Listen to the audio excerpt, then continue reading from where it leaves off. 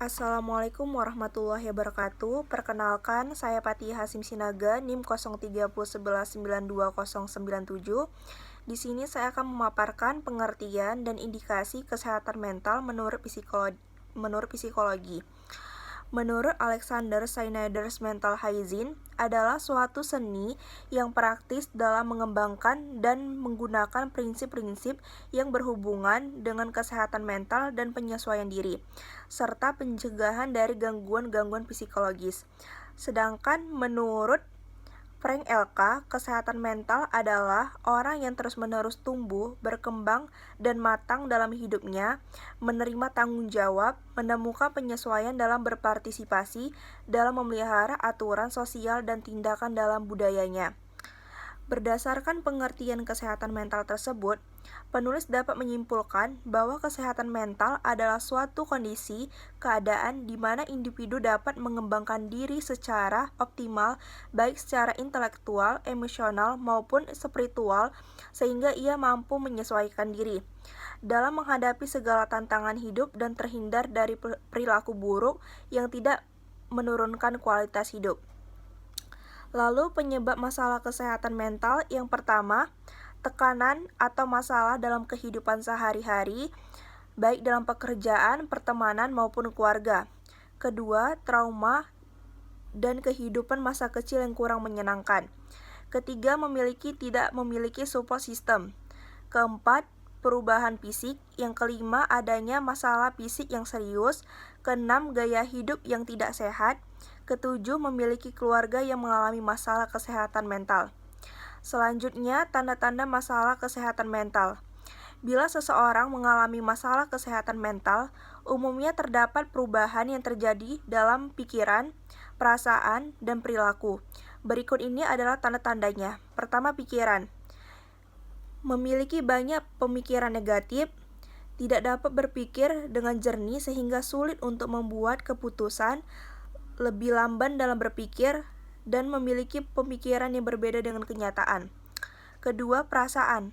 Perubahan emosi yang sangat cepat, merasa tidak berdaya atau putus asa, mudah merasa sedih, marah, cemas, dan takut lebih dari biasanya, dan mati rasa. Yang ketiga, perilaku. Tidak memiliki energi untuk melakukan aktivitas, menghindar dari pekerjaan atau lingkungan sekitar, hanya ingin sendiri, sulit makan atau tidur lebih dari biasanya, berkelahi dengan lingkungan sekitar, dan yang terakhir memiliki rasa sakit atau nyeri yang tidak dapat dijelaskan. Sekian pemaparan dari saya. Wassalamualaikum warahmatullahi wabarakatuh. Baik, Assalamualaikum warahmatullahi wabarakatuh. Sebelumnya perkenalkan, nama saya Abdul Majid, NIM 0301192076. Di sini saya akan membacakan materi tentang pengertian dan indikasi kesehatan mental menurut Al-Quran. Kesehatan mental menurut Al-Quran merupakan suatu kemampuan diri individu dalam mengolah fungsi-fungsi kejiwaan dan terciptanya penyesuaian dengan diri sendiri, orang lain, maupun lingkungan sekitarnya secara dinamis berdasarkan Al-Quran dan As-Sunnah sebagai pedoman hidup menuju kebahagiaan di dunia dan di akhirat. Pandangan Islam tentang gangguan jiwa tidak jauh berbeda dengan pandangan para ahli kesehatan mental pada umumnya. Peranan agama Islam dapat membantu manusia dalam mengobati jiwanya dan mencegah dari gangguan kejiwaan serta membina kondisi kesehatan mental. Kajian tersebut akan meluas beberapa bentuk ibadah dan efeknya secara psikis yang kemudian dikenal dengan psikoterapi melalui amal ibadah. Al-Quran sebagai sumber ajaran Islam, kebenarannya bersifat hakiki dan tidak ada keraguan di dalamnya karena ia diturunkan oleh Allah Subhanahu wa taala sebagai kitab suci yang berisi petunjuk dan penjelasan. Bagi petunjuk itu sendiri, di dalamnya banyak terdapat ayat-ayat yang berkaitan dengan kesehatan mental dengan berbagai istilah yang digunakan sebagai suatu yang hendak dicapai oleh manusia. Ayat-ayat Al-Quran yang menjelaskan tentang sabar tersebut di 103 ayat di dalamnya. Kata sabar terdapat dalam Al-Quran dengan berbagai konteks. Penjelasan tentang sabar dapat ditemukan dalam ayat yang menjelaskan tentang siapa orang yang bersabar, yaitu Quran Surah Al-Baqarah surah kedua ayat 155 sampai 156. Ayat-ayat tersebut memberikan penjelasan tentang siapa yang disebut sobirin atau orang-orang yang bersabar, yaitu orang yang bersabar berdasarkan ayat tersebut adalah mereka yang apabila ditimpa musibah mereka menyatakan inna lillahi wa inna ilaihi rajiun. Kemudian di sini saya akan menjelaskan pengertian dan indikasi kesehatan mental menurut hadis Rasulullah. Al-Hadis sebagai sumber utama ajaran Islam memberikan petunjuk dan bimbingan bagi manusia dalam menjaga fitrahnya untuk meraih kebahagiaan yang hakiki.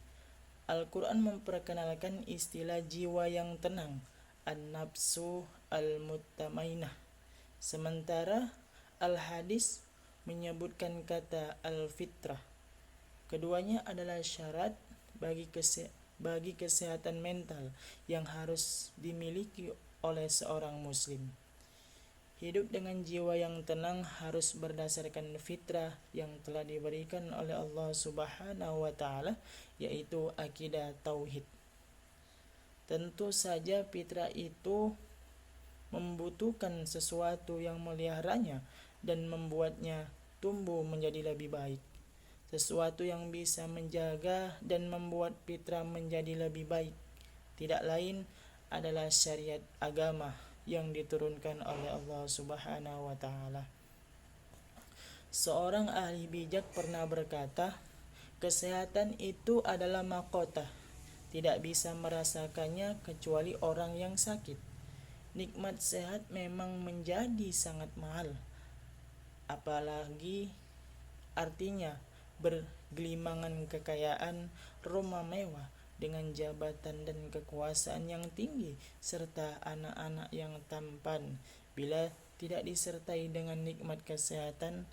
Karena itulah semua manusia berlomba untuk mendapatkan nikmat sehat.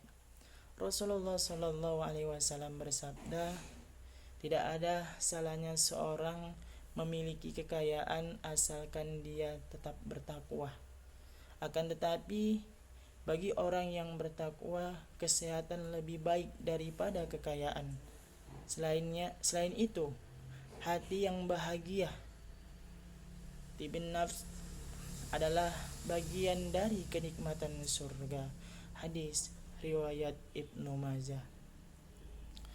Baik, di sini saya akan sedikit menjelaskan kesimpulan bahwasannya kesehatan mental merupakan suatu kemampuan diri individu dalam mengelola fungsi-fungsi kejiwaan dan terciptanya penyesuaian dengan diri sendiri, orang lain maupun lingkungan sekitarnya secara dinamis berdasarkan Al-Quran dan As-Sunnah sebagai pedoman hidup menuju kebahagiaan di dunia dan di akhirat.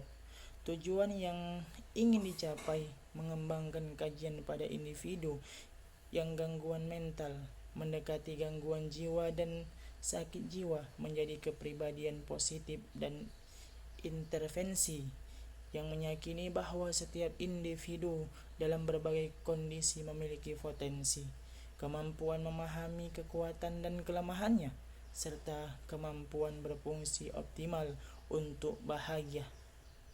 Kesehatan mental menurut seorang ahli kesehatan Merriam-Webster merupakan suatu keadaan emosional dan psikologis yang baik, di mana individu dapat memanfaatkan kemampuan kognisi dan emosi berfungsi dalam komunitasnya dan memenuhi kebutuhan kehidupan sehari-hari.